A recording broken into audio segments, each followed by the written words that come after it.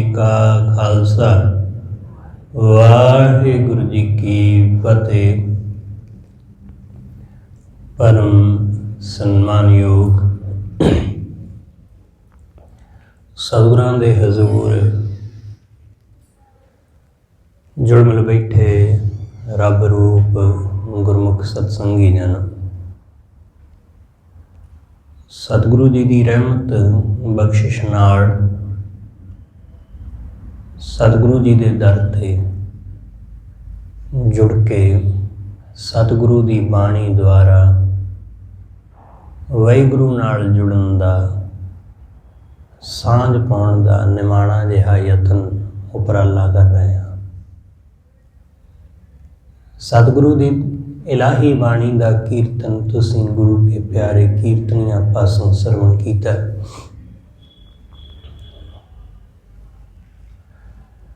सतगुरु रहमत करदिआं समझाउंदे ने कि मनुख अपने आप दे विच ये समझदा है कि वो बहुत कुछ जानदा है। हर बंदे नूं यही लगदा है कि मैनू ते सब पता ही है, मैनू ते सब ज्ञान है ही। इस करके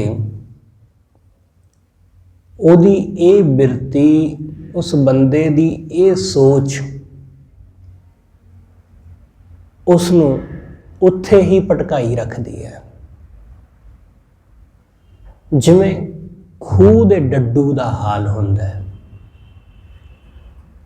कि उसनूं लगदा है कि जिथे जिस खूह दे विच वो रह रहा है ओही दुनिया है,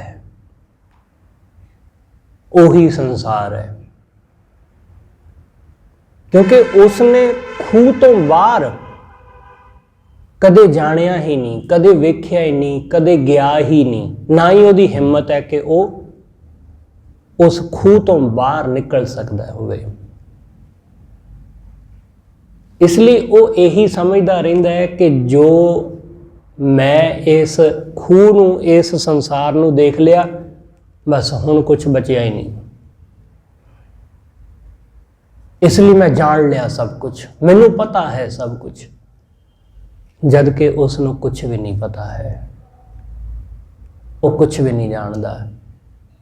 ऐसी ही सोच बंदे दी है।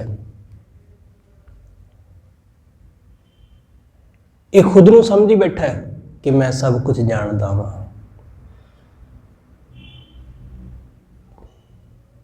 कि मैनू तो सब पता है, मेरे कोलों किहड़ी गल कोई लुकी है। अपने आप नूं ज्ञानी, अपने आप नूं ध्यानी समझदा है, बहुत वड्डा समझदा है कि मैं हाँ कुछ, बस इहदी मैं ही इस नूं वड्डा होण नहीं दिंदी। बंदे दा हंकार ही इस नूं उच्चा होण नहीं दिंदा। बेशक हंकार विच अपने आप नूं उच्चा समझदा है, पर हंकार विच उच्चा कदे बंदा हुंदा नहीं। निमरता दे विच बंदा अपने आप नूं नीवां समझदा है, पर वो नीवां हुंदा नहीं, वो उच्चा हुंदा है। इसलिए हौमे विच बंदा जो अपने आप नूं समझदा है वो हुंदा नहीं। बंदा सियाणा समझदा है खुद नूं, पर सियाणा हुंदा नहीं। बस सियाणे होण दा, चंगे होण दा, भले इंसान होण दा हंकार हुंदा है, होर कुछ भी नहीं हुंदा। हौमे दा मतलब कि जो नहीं हाँ वो अपने आप नूं समझना। मैं कि मैं जो नहीं हाँ मैं वो खुद नूं समझां। कबीर साहब कहंदे जिहड़ी गल इस नूं जाननी चाहिदी है, ये बंदा वो जानदा नहीं। जो गल इस नूं समझनी चाहिदी है, ये उस नूं समझदा नहीं है। ये रौला ये पाउंदा है कि मैं सब कुछ जानदा, पर सतगुरु कहंदे इसने ये नहीं जानिया कि जी रे जाहेगा मैं जानना। कबीर साहब कहते कि हे जीरे, हे मेरे मन, कि इस दुनिया तो जाना है, ये मैं जान लिया। जीरे जाहेगा मैं जानना। कबीर साहब कहते मैं जान लिया है कि इस दुनिया तो जाना है, इस संसार तो जाना है, इत्थे रहना नहीं है, इत्थे बचना नहीं है। बंदा इस गल नूं छड्ड के बाकी सब गल्लां जाणदा है। इस गल नूं भुल्ली बैठा है तो बाकी सब कुछ चेते है। सतगुरु कहते खाना पीना हसना सौना विसर गया है मरना। बस बंदे नूं मरना चेते नहीं है, बाकी सब कुछ चेते है। किहड़ा काम कदों करना है, कदों स्कूल अपने बच्चों नूं भेजना है, कदों उन्हां नूं लैके आउणा है, कदों अपनी दुकान खोलनी है, कदों अपने ऑफिस जाना है, कदों की काम करना है, पूरा ਉਹਦਾ एक चार्ट बनाया होया बंदे ने। अपने परिवार दियां किहदा कदों जन्मदिन है, किहदे विआह दी कदों एनिवर्सरी है, कदों की है, कदों सब कुछ बंदे नूं याद है। सब कुछ बंदा एक भी मिनट अगे पिछे नहीं होण दिंदा किसी भी चीज़ नूं। सब चीज़ां नूं चेते रखदा है। पर सतगुरु कहते जे कोई चीज़ चेते नहीं है तो वह मौत। बंदे नूं लगदा ही नहीं कि मैं मरांगा, किसी नूं भी नहीं लगदा। कोई भी बंदा इत्थे जो भी जी रहा है उन्होंने लगदा ही नहीं कि मैं मरांगा। किसी दूसरे की मौत हो रही है। आ पिछले 1-2 सालों में जो कुछ वापरिया है, तुसी गौर करके वेखो जरा इस गल नूं कि जदों किसी की करोना नाल मौत हुंदी सी जां हुंदी है तो मन विच पहला ख्याल की आउंदा सी, इस बंदे ने लापरवाही कीती होनी है। मैं तो नहीं करदा लापरवाही। सब तो पहला रिएक्शन बंदे का यह है, इन्हें जरूर लापरवाही की, ये जरूर घरों निकलिया होना है, जरूर ये किसी ऐसे बंदे दे नाल अफेक्टेड बंदे नाल मिलिया होना है जिन्हों इन्फेक्शन हुई सी। असी तो जाते नहीं, असी देखो कितना परहेज रखते हैं। पर बहुता देखण विच आया कि जिहड़े बहुता परहेज रखते सी बीमार वो होए, मौत भी उन्होंने आई। पर बंदा ये समझदा है कि दूसरे ने परहेज नहीं रखा, दूसरे ने ध्यान नहीं रखा, इस करके उन्होंने ये बीमारी लगी तो मौत हुई। मैं तो नहीं मरांगा क्योंकि मैं सारा कुछ करदा है। अपना नहीं बंदे नूं चेता आउंदा, ख्याल आउंदा, उसनूं ये लगदा कि दूसरे ही मरनगे, मैं थोड़ी। दूसरे ही। अपनी मौत कदे याद नहीं आउंदी है, अपने मरण का ख्याल नहीं आउंदा। मौत का चेते आना तो दूर है, अपने मरण का ही नहीं ख्याल आता। लोग अपनियां अखां दे सामने किसी नूं चिखा उत्ते सड़दियां देखण तां भी अपनी मौत का ख्याल नहीं आता। बहुत दफा साडे जीवन विच ये घटना वापरी है कि किसी नूं असीं चिखा दे उत्ते सड़दियां देखिया, चिखा दे उत्ते वो अपनी आखिरी इस शरीर की भी जिथे समाप्ति होंदी है कि शरीर भी बिनस जाएगा, उस जगह किसी ने बंदे ने अपने आप को कदे इस तरह सोचा नहीं कि अज इस बंदे का शरीर इत्थे अगन भेंट हो रहा है, कल नूं मेरी वारी भी आएगी। जिन्ने भी बंदे उत्थे गए होंदे ने, किसी दे चित चेते विच ये गल नहीं आउंदी।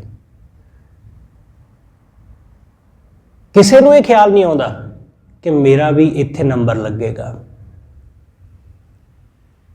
लोग की कहते ने, लोग कहते ने जी सब ने जाना है, सब ने इस दुनिया तो तुर जाना है, रब अगे किहदा जोर चलदा है, परमात्मा दा भाणा है।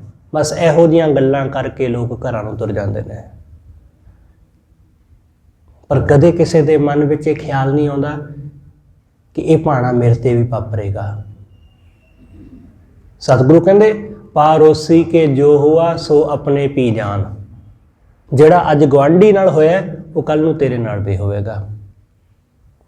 अज दूसरे की मौत हुई है, कल नूं तेरी भी होवेगी। इसलिए कबीर साहब कहते मैं जान लिया इस गल नूं, जियरे जाहेगा मैं जाना। मैं जान लिया कि मैं भी जावांगा इस दुनिया तो। सतगुरु कहते असां भी उत्थे जाना, असीं भी उत्थे जाना है। सतगुरु का वचन पढ़ते आप गुरु नानक साहब महाराज का। सतगुरु कहते धन जोबन अर फुल्लड़ा नाठी अड़े दिन चार। पब्बन केरे पत ज्यों ढल ढुल जुम्मन हार। सतगुरु कहते जवानी ये धन ये तो फुल वांगू है कि फुल 2-4 दिन खिड़िया तो मुरझा गया। धन जोबन अर फुल्लड़ा नाठी अड़े दिन चार। 4 दिनों की खेल है, नठ जाएगा, ये सब बिनस जाएगा, मुरझा जाएगा। पब्बन केरे पत ज्यों ढल ढुल जुम्मन हार, कि जिमें नदी के कंढे ते लगे हुए फुल बूटियां वो सब पेड़ जदों पानी सुकेगा, नदी का पानी जिहड़ा है वो जदों नीवा हो जाएगा तो ये सारे आले दुआले लगे हुए जिहड़े घाह बूटे ने ना ये सुक जाएंगे सब। ढल ढुल जुम्मन हार, जदों ढल गया पानी तो इन्होंने सुक जाना। किसी दरिया के आले दुआले जां किसी छप्पड़ के आले दुआले, किसी तलाब के, किसी झील के आले दुआले लगे हुए पेड़ वो सुक जाएंगे जदों पानी सुक गया। इस करके सतगुरु कहते रंग मान लै प्यारिया जां जोबन ना हुल्ला। सतगुरु कहते हे प्यारे रंग मान लै जब तक तू जवान है, जब तक तेरे अंदर साह चलते हैं। रंग मान लै प्यारिया जां जोबन ना हुल्ला, दिन थोड़े थके भया पुराना चोला। सतगुरु कहते शरीर रूपी चोला हुण पुराना हो गया। सज्जन मेरे रंगुले जाए सुते जीरान, कि मेरे सज्जन, मेरे रंगले सज्जन, मेरे प्यारे भैन भाई माँ बाप मित्र सज्जन आंढ गुआंढ रिश्तेदारी विचों जिन्हां नाल बड़ी सांझ सी, बड़ा प्रेम सी, वो तुर गए इस दुनिया तो। सतगुरु कहते सज्जन मेरे रंगुले जाए सुते जीरान। जीरान मतलब कबरां विच शमशान विच जा सुते। हम्पी वंजा डुमणी, मैं भी, हम्पी मतलब मैं भी, हम्पी मैं भी जावांगा उत्थे ही, उसे जगह मेरी बारी भी आएगी। हम्पी वंजा डुमणी रोवा चीणी बाण। इस करके मैं रो रहा वां, इस करके रो रहा वां, इस करके से आप उसनूं याद कर रहा वां। हम्पी वंजा डुमणी रोवा चीणी बाण। इस करके सतगुरु कहते भाई जरा समझ ला, जाएगा जाना है इस दुनिया तो, इत्थे किसी ने भी नहीं रहना। फरीद साहब कहते फरीदा कित्थे तैंडे मापिया जिन्हीं तू जणियो है, कि कित्थे गए तेरे माँ बाप जिन्हों ने तेनों जणिया, जिन्हों ने तेनों जन्म दिता। कित्थे तैंडे मापिया जिन्हीं तू जणियो है, तैं पासों ये लद गए तू अजे ना पतीने हो। तेरे कोलों वो चले गए, तेनों हाले भी समझ नहीं आई, तेनों हाले भी होश नहीं आया, तू हाले भी सुता पिया, तू हाले भी समझी बैठा है कि हाले कित्थे मौत आनी है, हाले कित्थे मरना है, हजे तो बड़ा समा पिया। सतगुरु कहते तू हजे भी ये समझी बैठा है, तू अजे ना पतीने हो, तेनों हाले भी समझ नहीं आई, तेनों हाले भी सतगुरु कहते अकल नहीं आई। फरीद साहब कहते इन्नी लोयनी देखदियां केती चल गई। इन्हां अखां नाल देखदियां देखदियां किन्नी दुनिया चली गई। एक होर बचन कवि फरीद साहब दा, फरीद साहब कहते कंधी उत्ते रुखड़ा किचरक बन्ना तीर, कि किनारे उत्ते लगा होया दरखत, नदी दे किनारे लगा होया दरखत वो किन्नी देर तक टिकिया रहेगा। जदों पानी का बहाव थोड़ा उच्चा होवेगा, पानी थोड़ा बढ़ेगा तो नदी दे विच आले दुआले दी मिट्टी डिगण लग पैंदी ना। सतगुरु कहते किन्नी देर टिकिया रहेगा, ਜਦੋਂ ਆਲੇ ਦੁਆਲੇ ਦੀ ਮਿੱਟੀ ਖਿਸਕਣ ਲੱਗੀ ਨਾ ਤਾਂ ਉਹ ਦਰਖਤ ਨੇ ਪਾਣੀ ਵਿੱਚ ਡਿੱਗ ਪੈਣਾ ਜੇ। ਫਰੀਦ ਸਾਹਿਬ ਕਹਿੰਦੇ ਬਸ ਇਹੀ ਹਾਲਤ ਹੈ ਕਿ ਬਸ ਜਦੋਂ ਟਾਈਮ ਮੁੱਕਿਆ, ਸਾਹ ਪੂਰੇ ਹੋਏ ਤੇ ਬੰਦੇ ਨੇ ਡਿੱਗ ਪੈਣਾ ਜੇ। ਕੰਧੀ ਉੱਤੇ ਰੁਖੜਾ ਕਿਚਰਕ ਬੰਨੇ ਧੀਰ। ਫਰੀਦ ਸਾਹਿਬ ਕਹਿੰਦੇ ਕੱਚੇ ਘੜੇ ਦੇ ਵਿੱਚ ਕਿੰਨੀ ਕੁ ਦੇਰ ਪਾਣੀ ਟਿਕਿਆ ਰਹੇਗਾ। ਘੜਾ ਕੱਚਾ ਹੈ ਤੇ ਉਸ ਕੱਚੇ ਘੜੇ ਵਿੱਚ ਕਿੰਨੀ ਕੁ ਦੇਰ ਪਾਣੀ ਟਿਕਿਆ ਰਹੇਗਾ? ਬਹੁਤੀ ਦੇਰ ਨਹੀਂ। ਕਿਚਰ ਤਾਈ ਨੀਰ, ਕਿ ਕਿੰਨੀ ਦੇਰ ਤੱਕ ਨੀਰ ਰਹੇਗਾ ਕੱਚੇ ਭਾਂਡੇ ਵਿੱਚ? ਉਹ ਖੁਰ ਜਾਏਗਾ, ਉਹ ਪਾਣੀ ਬਹਿ ਤੁਰੇਗਾ ਉਹਦੇ ਵਿੱਚੋਂ। ਇਸ ਲਈ ਆ ਸਰੀਰ ਰੂਪੀ ਭਾਂਡਾ ਇਹ ਕੱਚਾ ਹੈ। ਇਸ ਕੱਚੇ ਭਾਂਡੇ ਦੇ ਵਿੱਚ ਕਿੰਨੀ ਕੁ ਦੇਰ ਤੱਕ ਇਸ ਜਿੰਦ ਰੂਪੀ ਪਾਣੀ ਨੂੰ ਸਾਂਭੀ ਰੱਖਾਂਗੇ? ਇਸ ਭਾਂਡੇ ਨੇ ਅੱਜ ਭਲ ਕੇ ਟੁੱਟ ਹੀ ਜਾਣਾ ਹੈ, ਕਿਉਂਕਿ ਕੱਚਾ ਹੈ, ਇਹ ਪੱਕਾ ਨਹੀਂ ਹੈ। ਪੱਕਾ ਮਤਲਬ ਹਮੇਸ਼ਾ ਰਹਿਣ ਵਾਲਾ, ਕੱਚਾ ਮਤਲਬ ਜਿਹੜਾ ਅੱਜ ਭਲ ਕੇ ਮਤ ਖਤਮ ਹੋ ਜਾਏ। ਪੱਕਾ ਤਾਂ ਇੱਥੇ ਕੁਝ ਵੀ ਨਹੀਂ ਹੈ। ਹਰ ਮਜ਼ਬੂਤ ਤੋਂ ਮਜ਼ਬੂਤ ਚੀਜ਼ ਵੀ ਇੱਥੇ ਟੁੱਟ ਜਾਂਦੀ ਜੇ, ਮਜ਼ਬੂਤ ਤੋਂ ਮਜ਼ਬੂਤ ਵੀ। ਇਸ ਲਈ ਸਤਿਗੁਰੂ ਕਹਿੰਦੇ ਜਾਣ ਤੇ ਸਹੀ ਇਸ ਗੱਲ ਨੂੰ, ਜੀਅਰੇ ਜਾਹੇਗਾ ਮੈਂ ਜਾਣਾ। ਕਬੀਰ ਸਾਹਿਬ ਕਹਿੰਦੇ ਹੇ ਮੇਰੇ ਜੀੜੇ, ਮੈਂ ਜਾਣ ਲਿਆ ਕਿ ਇਸ ਦੁਨੀਆ ਤੋਂ ਜਾਣਾ ਹੈ, ਇਸ ਦੁਨੀਆ ਤੋਂ ਜਾਣਾ ਹੈ। ਇਸ ਲਈ ਸਤਿਗੁਰੂ ਕਹਿੰਦੇ ਅਵਿਗਤ ਸਮਝ ਆਨਾ। ਹੇ ਅਣਜਾਣ ਮਨੁੱਖ, ਉਸ ਅਵਿਗਤ, ਉਸ ਅਵਿਅਕਤ ਪ੍ਰਮਾਤਮਾ ਨੂੰ ਜਾਣ। ਵਿਅਕਤ ਜੋ ਨਜ਼ਰ ਆਉਂਦਾ ਹੈ, ਅਵਿਅਕਤ ਜੋ ਨਜ਼ਰ ਵਿੱਚ ਨਹੀਂ ਆਉਂਦਾ, ਜੋ ਪਕੜ ਵਿੱਚ ਨਹੀਂ ਆਉਂਦਾ। ਵਿਅਕਤੀ, ਆਪਾਂ ਮਨੁੱਖ ਨੂੰ ਕਹਿੰਦੇ ਵਿਅਕਤੀ। ਵਿਅਕਤੀ ਮਤਲਬ ਜੋ ਵਿਅਕਤ ਹੈ, ਜੋ ਦਿਖਾਈ ਦੇ ਰਿਹਾ ਹੈ, ਜੋ ਪਕੜ ਵਿੱਚ ਆ ਰਿਹਾ ਹੈ, ਜਿਹਨੂੰ ਛੂਹ ਸਕਦੇ ਹਾਂ, ਦੇਖ ਸਕਦੇ ਹਾਂ, ਜਿਹਦੇ ਪਸੀਨੇ ਦੀ ਬਦਬੂ ਆਉਂਦੀ ਹੈ, ਜਿਹਨੂੰ ਕੰਨਾਂ ਨਾਲ ਹੀ ਸੁਣ ਸਕਦੇ ਹਾਂ, ਜਿਹਨੂੰ ਅੱਖਾਂ ਨਾਲ ਹੀ ਦੇਖ ਸਕਦੇ ਹਾਂ, ਹੱਥਾਂ ਨਾਲ ਹੀ ਛੂਹ ਸਕਦੇ ਹਾਂ, ਜਿਹਦੀ ਮੌਜੂਦਗੀ ਦਾ ਅਹਿਸਾਸ ਹੋ ਜਾਂਦਾ ਹੈ। ਕੋਈ ਬੰਦਾ ਤੁਰਿਆ ਆਉਂਦਾ ਤਾਂ ਉਹਦੇ ਪੈਰਾਂ ਦੀ ਆਹਟ ਦਾ ਪਤਾ ਲੱਗ ਜਾਂਦਾ ਹੈ। ਪਰ ਉਹ ਪ੍ਰਮਾਤਮਾ ਅਵਿਅਕਤ ਹੈ, ਉਹਨੂੰ ਦੇਖ ਨਹੀਂ ਸਕਦੇ, ਸੁਣ ਨਹੀਂ ਸਕਦੇ, ਉਹ ਸਾਡੇ ਪਕੜ ਵਿੱਚ ਨਹੀਂ ਆਉਂਦਾ, ਛੂਹ ਨਹੀਂ ਸਕਦੇ। ਉਹਨੂੰ ਅਗਮ ਅਗੋਚਰ ਕਿਹਾ।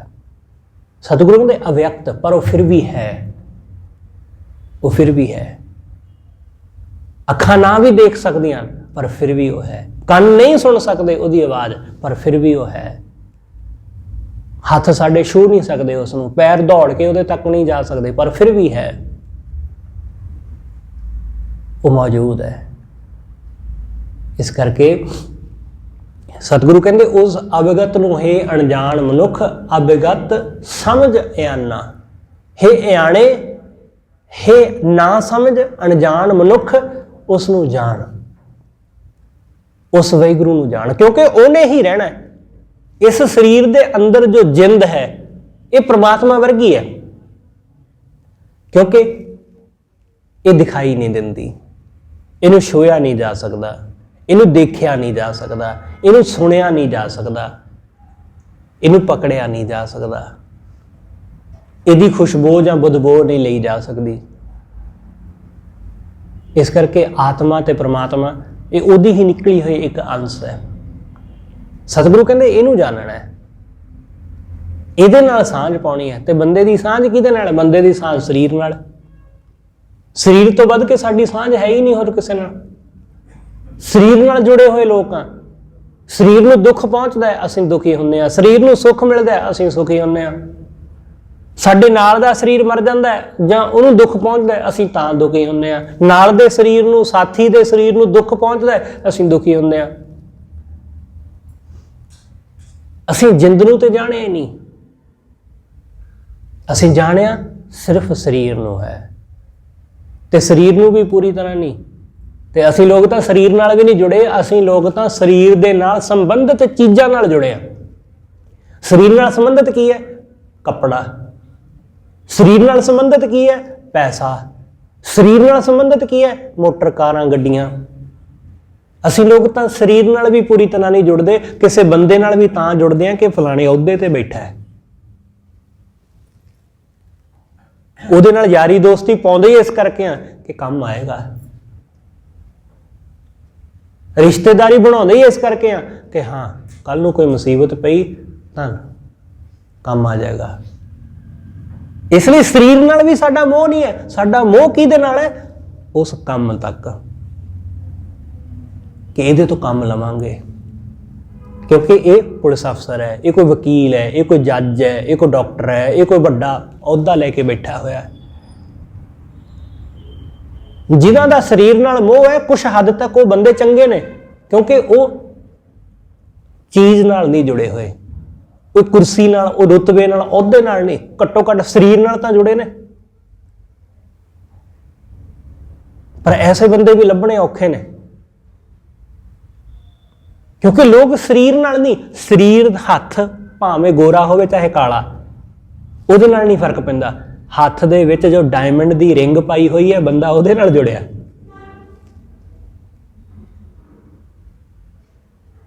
ਬੰਦਾ ਸਰੀਰ ਨਾਲ ਨਹੀਂ, ਸਰੀਰ ਦੇ ਉੱਪਰ ਜੋ ਸੋਨੇ ਦੇ ਗਹਿਣੇ ਪਹਿਨੇ ਹੋਏ ਨੇ ਉਹਨਾਂ ਨਾਲ ਜੁੜਿਆ, ਮਹਿੰਗੇ ਮੁੱਲ ਦੇ। ਸਰੀਰ ਨਾਲ ਤਾਂ ਕੋਈ ਬਿਰਲੇ ਬਿਰਲੇ ਲੋਕ ਜੁੜਦੇ ਨੇ, ਜਿਨ੍ਹਾਂ ਨੂੰ ਸਰੀਰ ਨਾਲ ਮੋਹ ਹੁੰਦਾ ਹੈ, ਸਰੀਰ ਨਾਲ ਪਿਆਰ ਹੁੰਦਾ ਹੈ ਕਿ ਸਰੀਰ ਬੜਾ ਸੁੰਦਰ ਹੈ। ਪਰ ਸਰੀਰ ਵੀ ਹਮੇਸ਼ਾ ਨਹੀਂ ਰਹਿੰਦਾ। ਸਰੀਰ ਦੀ ਸੁੰਦਰਤਾ ਜਦ ਤੱਕ ਜਵਾਨੀ ਹੈ ਉਦੋਂ ਤੱਕ ਸਰੀਰ ਦੀ ਸੁੰਦਰਤਾ, ਜਵਾਨੀ ਢਲ ਗਈ ਤਾਂ ਉਹੀ ਸੁੰਦਰਤਾ ਉਹ ਕੁਰੂਪਤਾ ਵਿੱਚ ਬਦਲ ਜਾਂਦੀ ਹੈ। ਉਹੀ ਕਾਲੇ ਵਾਲ ਚਿੱਟੇ ਹੋ ਜਾਣੇ ਨੇ, ਉਹੀ ਕਾਲੇ ਵਾਲ ਚਿੱਟੇ ਹੋ ਜਾਣਗੇ। ਫਿਰ ਬੰਦਾ ਉਹਨਾਂ ਕਾਲੇ ਚਿੱਟਿਆਂ ਨੂੰ ਫਿਰ ਕਾਲੇ ਕਰਨ ਲੱਗੇਗਾ ਕਿ ਦੁਬਾਰਾ ਫਿਰ ਉਹੋ ਜਿਹਾ ਦਿਸਾਂ ਕਰਦੇ ਨੇ ਲੋਕ, ਸਿਰਫ ਇਸ ਲਈ ਕਿ ਬਜ਼ੁਰਗ ਨਾ ਨਜ਼ਰ ਆਈਏ, ਬੁੱਢੇ ਨਾ ਨਜ਼ਰ ਆਈਏ, ਕਿਉਂਕਿ ਬੁਢਾਪਾ ਕੁਰੂਪਤਾ ਦਾ ਪ੍ਰਤੀਕ ਹੈ। ਇਸ ਲਈ ਕੋਈ ਵੀ ਬੰਦਾ ਬੁੱਢਾ ਨਹੀਂ ਦਿਸਣਾ ਚਾਹੁੰਦਾ, ਬਜ਼ੁਰਗ ਨਹੀਂ ਦਿਸਣਾ ਚਾਹੁੰਦਾ। ਇਸ ਕਰਕੇ ਉਹ ਆਪਣੇ ਆਪ ਨੂੰ ਕਈ ਤਰ੍ਹਾਂ ਦੇ ਮੇਕਓਵਰ ਕਰਕੇ, ਕਈ ਤਰ੍ਹਾਂ ਦੇ ਵਧੀਆ ਕੱਪੜੇ ਪਹਿਨ ਕੇ ਉਹ ਇਹ ਪ੍ਰਗਟਾਉਣ ਦਾ ਯਤਨ ਕਰਦਾ ਹੈ ਕਿ ਮੈਂ ਬੁੱਢਾ ਨਹੀਂ ਹਾਂ। ਇਸ ਲਈ ਬਹੁਤ ਸਾਰੇ ਬੁੱਢੇ ਆਦਮੀ ਉਹ ਜਵਾਨਾਂ ਵਾਲੇ ਕੱਪੜੇ ਪਹਿਨ ਕੇ ਇਸ ਗੱਲ ਨੂੰ ਪ੍ਰਗਟ ਕਰਨ ਦਾ ਯਤਨ ਕਰਦੇ ਨੇ ਕਿ ਮੈਂ ਬੁੱਢਾ ਨਹੀਂ ਹਾਂ, ਜਦ ਕਿ ਹੋ ਚੁੱਕਾ ਹੈ। ਬਸ ਆਪਣੇ ਆਪ ਨੂੰ ਇੱਕ ਭਰਮ ਵਿੱਚ ਪਾ ਰਿਹਾ ਹੈ, ਖੁਦ ਭਰਮ ਵਿੱਚ ਜੀ ਰਿਹਾ ਹੈ ਤੇ ਦੂਸਰਿਆਂ ਨੂੰ ਵੀ ਭਰਮ ਵਿੱਚ ਪਾਉਣ ਦੀ ਕੋਸ਼ਿਸ਼ ਕਰ ਰਿਹਾ ਕਿ ਮੈਨੂੰ ਬੁੱਢਾ ਨਾ ਸਮਝੋ। ਸਤਿਗੁਰੂ ਕਹਿੰਦੇ, ਹੇ ਮੂਰਖ ਬੰਦੇ, ਜਰਾ ਸਮਝ, ਜਰਾ ਹੋਸ਼ ਕਰ। ਇਸ ਸਰੀਰ ਨੇ ਹਮੇਸ਼ਾ ਨਹੀਂ ਰਹਿਣਾ, ਚੀਜ਼ਾਂ ਨੇ ਹਮੇਸ਼ਾ ਨਹੀਂ ਰਹਿਣਾ। ਤੇਰੀ ਜਿੰਦ ਆਤਮਾ ਨੇ, ਉਸ ਪਰਮਾਤਮਾ ਨੇ ਹਮੇਸ਼ਾ ਰਹਿਣਾ ਹੈ। ਤੂੰ ਉਹਦੇ ਨਾਲ ਜੁੜ, ਉਹਨੂੰ ਜਾਣ, ਅਵਗਤ ਸਮਝ ਆਨਾ, ਉਸ ਅਵਗਤ ਨੂੰ, ਉਸ ਅਵਿਅਕਤ ਵਾਹਿਗੁਰੂ ਨੂੰ ਜਾਣ, ਉਹਨੂੰ ਸਮਝ, ਉਹਦੇ ਨਾਲ ਜੁੜ। ਜਤ ਜਤ ਦੇਖੋ ਬਾਹਰ ਨਾ ਵੇਖੋ। ਸਤਿਗੁਰੂ ਕਹਿੰਦੇ ਮੈਂ ਜਿੱਥੇ ਜਿੱਥੇ ਦੇਖਦਾ ਉੱਥੇ ਉੱਥੇ ਮੈਨੂੰ ਹੋਰ ਕੁਝ ਨਜ਼ਰ ਹੀ ਨਹੀਂ ਆਉਂਦਾ ਵਾਹਿਗੁਰੂ ਤੋਂ ਬਿਨਾਂ। ਜਤ ਜਤ ਦੇਖੋ ਬਾਹਰ ਨਾ ਵੇਖੋ, ਸੰਗ ਮਾਇਆ ਲਪਟਾਨਾ। ਮੈਂ ਜਿੱਥੇ ਜਿੱਥੇ ਦੇਖਦਾ ਵਾਂ ਲੋਕ ਮਾਇਆ ਦੇ ਵਿੱਚ ਹੀ ਉਲਝੇ ਹੋਏ ਨੇ। ਸੰਗ ਮਾਇਆ ਲਪਟਾਨਾ, ਇਹ ਦੁਨੀਆ ਮਾਇਆ ਵਿੱਚ ਹੀ ਲੱਗੀ ਹੋਈ ਹੈ। ਕੋਈ ਪੈਸੇ ਵਿੱਚ ਲੱਗਾ, ਕੋਈ ਅਹੁਦਾ ਹਾਸਲ ਕਰਨ ਲੱਗਾ, ਐਸਾ ਹੀ ਹੈ ਨਾ। ਕਿ ਜਿਹੜੇ ਪੈਸੇ ਵਿੱਚ ਲੱਗੇ ਹੋਏ ਨੇ ਉਹ ਚਾਹੁੰਦੇ ਨੇ ਕਿ ਹੋਰ ਪੈਸਾ, ਹੋਰ ਪੈਸਾ, ਹੋਰ ਦੌਲਤ, ਹੋਰ ਕਾਰੋਬਾਰ, ਹੋਰ ਤਰੱਕੀ। ਤੇ ਜਿਹੜਾ ਰੁਤਬਾ ਹਾਸਲ ਕਰਨ ਲੱਗਾ ਉਹ ਫਿਰ ਪੈਸੇ ਵਾਲੇ ਨਾਲ ਸਾਂਝ ਪਾ ਲੈਂਦਾ।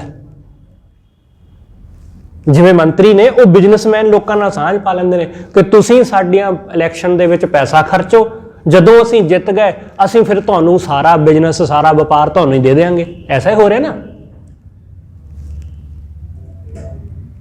ਕਿ ਵਪਾਰੀਆਂ ਨੇ ਆਪਣੇ ਹਵਾਈ ਜਹਾਜ਼ ਦਿੱਤੇ ਕਿ ਲਓ ਜੀ ਕਰੋ ਆਪਣਾ ਦੇਸ਼ ਭਰ ਦੇ ਵਿੱਚ ਪ੍ਰਚਾਰ ਜਾ ਕੇ।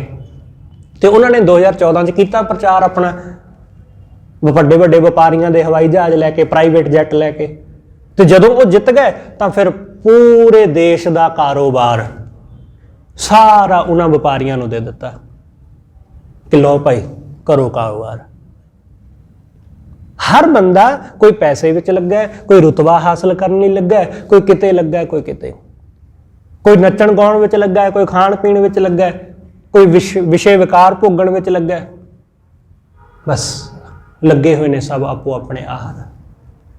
ਸਤਿਗੁਰੂ ਕਹਿੰਦੇ ਮਾਇਆ ਸੰਗ ਲਪਟਾਨਾ, ਮਾਇਆ ਦੇ ਵਿੱਚ ਲੱਗੇ ਨੇ ਸਾਰੇ, ਲਪਟੇ ਹੋਏ ਨੇ।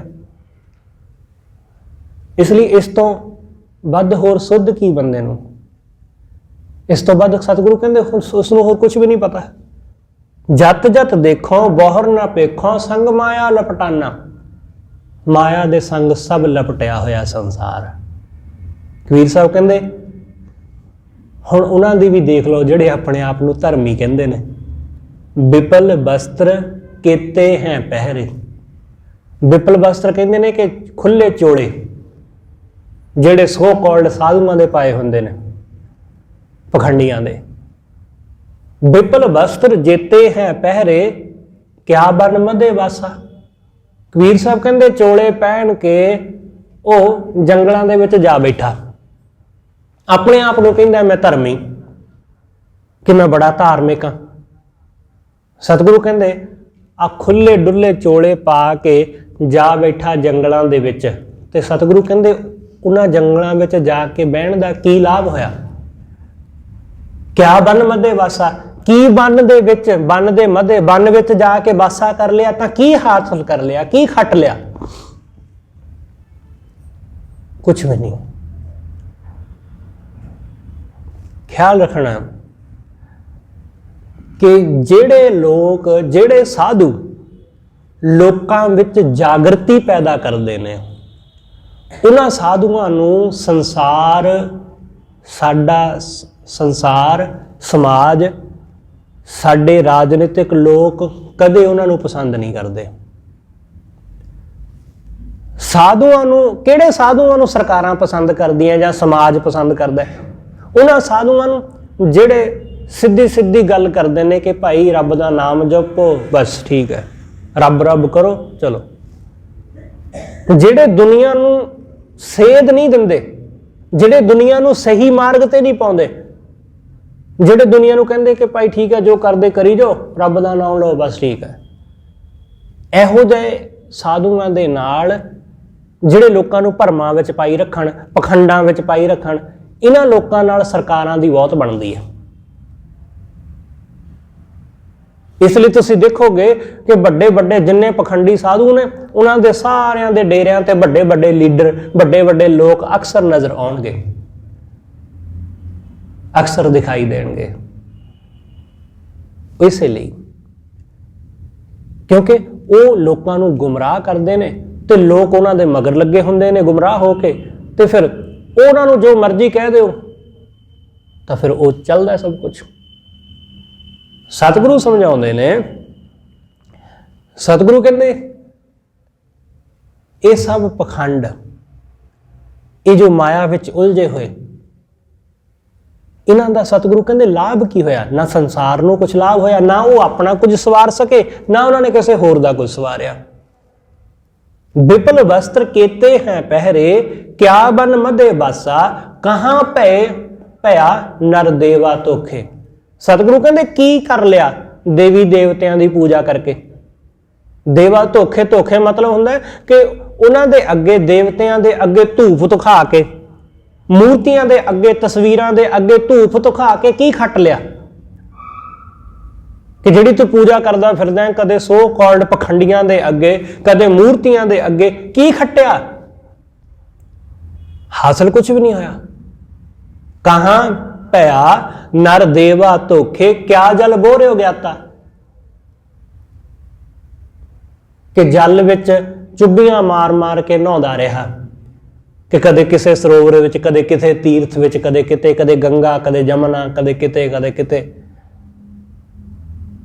ਕਿ ਤੀਰਥਾਂ ਵਿੱਚ ਚੁੱਭੀਆਂ ਲਾ ਕੇ, ਸਰੋਵਰ ਵਿੱਚ ਪਾਣੀ ਵਿੱਚ ਚੁੱਭੀਆਂ ਲਾ ਲਾ ਨਹਾਉਂਦਾ ਰਿਹਾ। ਸਤਿਗੁਰੂ ਕਹਿੰਦੇ ਖੱਟਿਆ ਕੀ?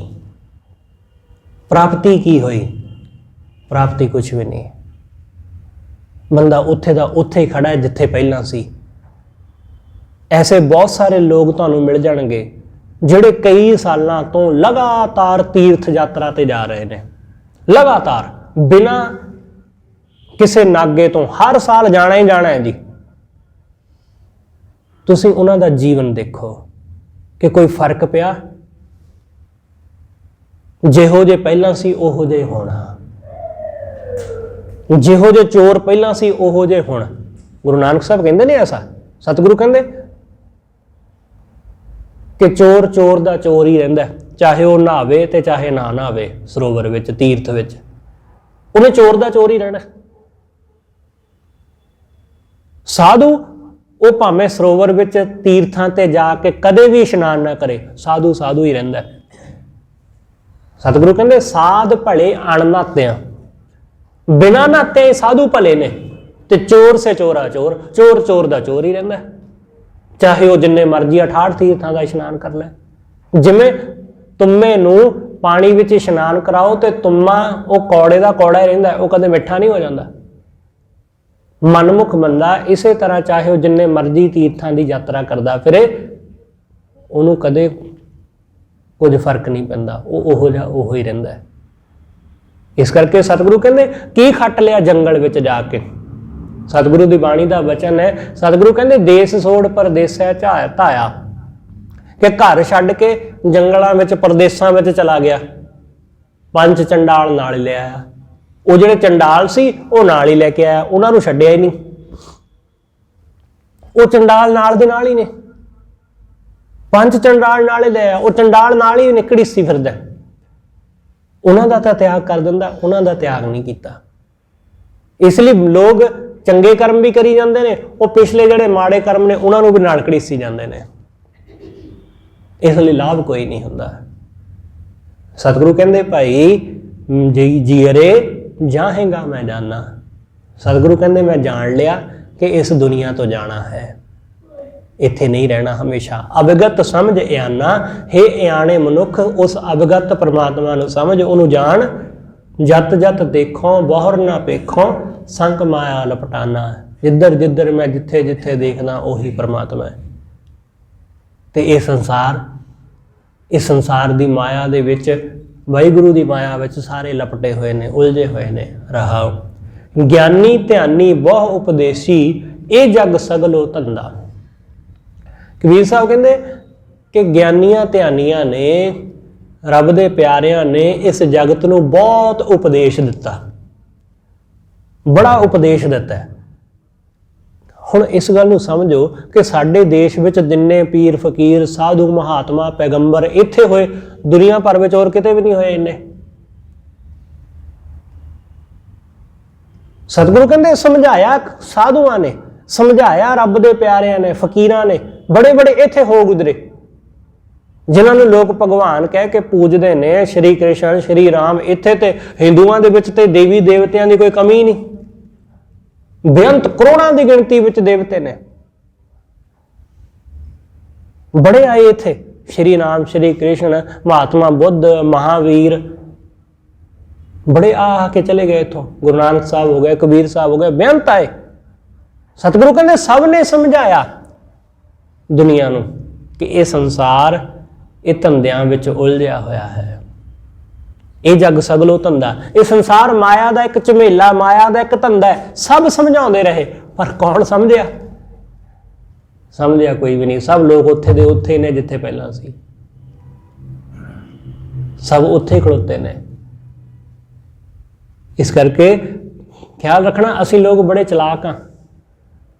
ਅਸੀਂ ਇਹ ਕਹਿ ਕੇ ਬਚ ਜਾਂਦੇ ਹਾਂ ਜਾਂ ਆਪਣੇ ਆਪ ਨੂੰ ਬਚਾ ਲੈਂਦੇ ਹਾਂ ਕਿ ਜੀ ਹੁਣ ਸਮਾਂ ਚੰਗਾ ਨਹੀਂ ਹੈ, ਪਹਿਲਾਂ ਸਮਾਂ ਬੜਾ ਚੰਗਾ ਹੁੰਦਾ ਸੀ, ਪਹਿਲਾਂ ਲੋਕ ਬੜੇ ਚੰਗੇ ਹੁੰਦੇ ਸਨ।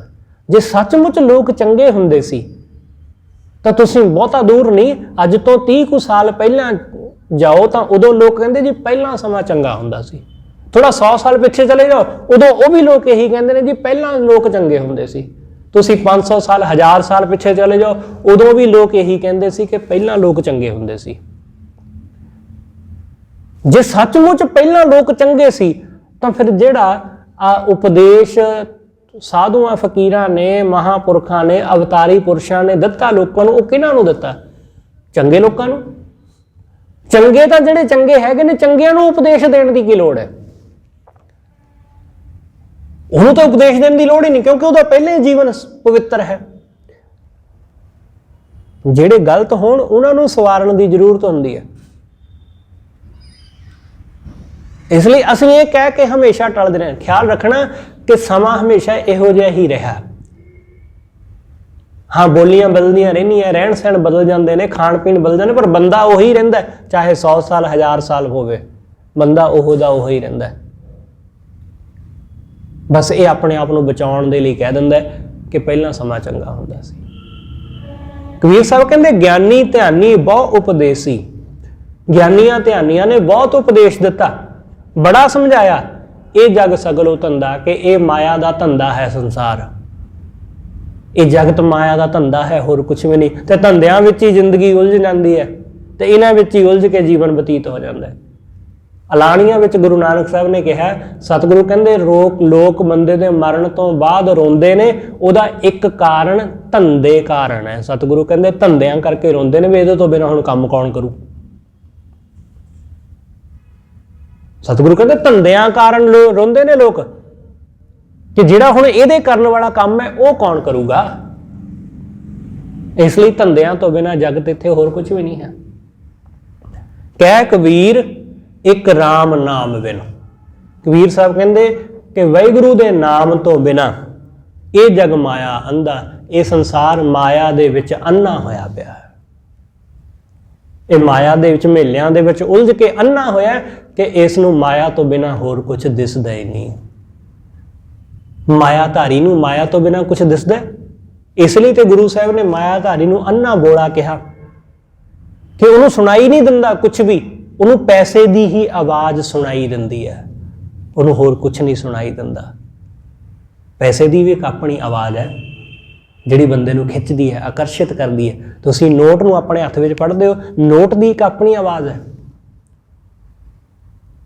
ਉਹ ਕਿਵੇਂ ਆਕਰਸ਼ਿਤ ਕਰਦੀ ਬੰਦੇ ਨੂੰ। ਨੋਟ ਦੇਖ ਕੇ, ਪੈਸਾ ਦੇਖ ਕੇ ਚਮਕ ਆ ਜਾਂਦੀ ਅੱਖਾਂ ਦੇ ਵਿੱਚ, ਅੱਖਾਂ ਚਮਕ ਉੱਠਦੀਆਂ। ਕਾਮੀ ਬੰਦੇ ਦੇ ਮਨ ਅੰਦਰ ਵਾਸਨਾ ਦੇਖ ਕੇ, ਰੂਪ ਦੇਖ ਕੇ ਉਹਦੀਆਂ ਅੱਖਾਂ ਚਮਕ ਉੱਠਦੀਆਂ। ਲੋਭੀ ਬੰਦੇ ਅੰਦਰ ਮਾਇਆ ਦੇਖ ਕੇ ਉਹਦੀਆਂ ਅੱਖਾਂ ਚਮਕ ਉੱਠਦੀਆਂ। ਸਤਿਗੁਰੂ ਕਹਿੰਦੇ ਇਹ ਸੰਸਾਰ ਸਿਰਫ ਮਾਇਆ ਵਿੱਚ ਅੰਨਾ ਹੋਇਆ ਪਿਆ, ਤੇ ਜਿਸ ਬੰਦੇ ਨੂੰ ਜਿਸ ਚੀਜ਼ ਦੀ ਤਲਬ ਹੈ ਉਹ ਉਸ ਚੀਜ਼ ਦੇ ਲਈ ਸੁਜਾਖਾ ਹੈ, ਬਾਕੀ ਸਭ ਚੀਜ਼ਾਂ ਲਈ ਅੰਨਾ।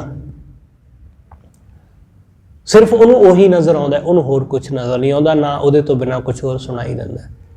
ਇਹ ਜਗਤ ਐਸਾ ਹੈ। ਸਤਿਗੁਰੂ ਰਹਿਮਤ ਕਰੇ ਇਸ ਮਾਇਆ ਦੇ ਇਸ ਝਮੇਲੇ ਦੇ ਵਿੱਚੋਂ, ਮਾਇਆ ਦੇ ਇਸ ਮੋਹ ਦੇ ਵਿੱਚ ਜੋ ਅੰਨਾ ਹੋਇਆ ਸੰਸਾਰ, ਇਹਦੇ ਵਿੱਚੋਂ ਸਤਿਗੁਰੂ ਕਿਰਪਾ ਕਰਕੇ ਸਾਨੂੰ ਆਪ ਰਹਿਮਤ ਕਰਕੇ ਬਚਾ ਲੈ, ਤੇ ਗਿਆਨ ਦੇ ਨੇਤਰ ਬਖਸ਼ ਕੇ ਸਾਨੂੰ ਸੱਚ ਦੀ ਸੋਝੀ ਕਰਾਵੇ। ਸਤਿਗੁਰੂ ਰਹਿਮਤ ਕਰਨ, ਆਪਾਂ ਸਭ ਗੁਰੂ ਦੇ ਬਚਨ ਤੇ ਚੱਲ ਕੇ ਆਪਣਾ ਜੀਵਨ ਸਵਾਰ ਸਕੀਏ। ਹੋਈਆਂ ਭੁੱਲਾਂ ਲਈ ਖਿਮਾ। ਆਖੋ ਜੀ ਵਾਹਿਗੁਰੂ ਜੀ ਕਾ ਖਾਲਸਾ, ਵਾਹਿਗੁਰੂ ਜੀ ਕੀ ਫਤਿਹ।